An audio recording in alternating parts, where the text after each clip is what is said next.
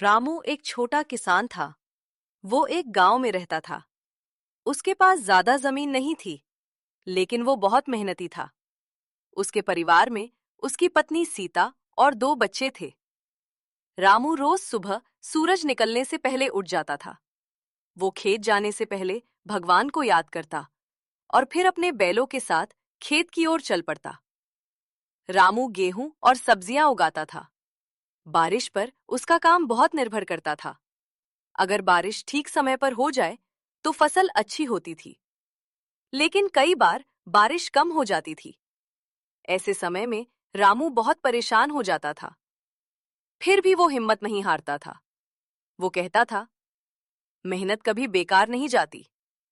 एक साल गांव में बारिश बहुत कम हुई। खेत सूखने लगे। कई किसान दुखी हो गए।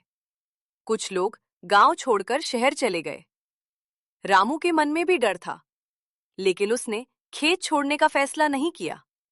उसने अपने खेत में कम पानी वाली फसल बोई और खेत की अच्छी देखभाल की। वो रोज पौधों से बात करता, जैसे वे उसके अपने बच्चे हों। रामू की पत्नी सीता भी उसका साथ देती थी। वो घर का काम करने के बाद खेत में आकर रामू की मदद करती। बच्चे भी स्कूल से आकर छोटे छोटे काम कर देते थे। पूरा परिवार मिलकर मेहनत करता था। कुछ महीनों बाद अचानक अच्छी बारिश हुई। रामू के खेत में हरियाली लौट आई। पौधे फिर से हरे हो गए। रामू बहुत खुश हुआ। उसने भगवान को धन्यवाद दिया। समय पर मेहनत और समझदारी के कारण उसकी फसल बच गई। कटाई के समय रामू की फसल अच्छी निकली। वो फसल मंडी में बेचने गया। उसे ठीक दाम मिले। घर लौटते समय उसके चेहरे पर खुशी थी। उसने बच्चों के लिए किताबें खरीदी और पत्नी के लिए नई साड़ी लाई। रामू जानता था कि किसान का जीवन आसान नहीं होता।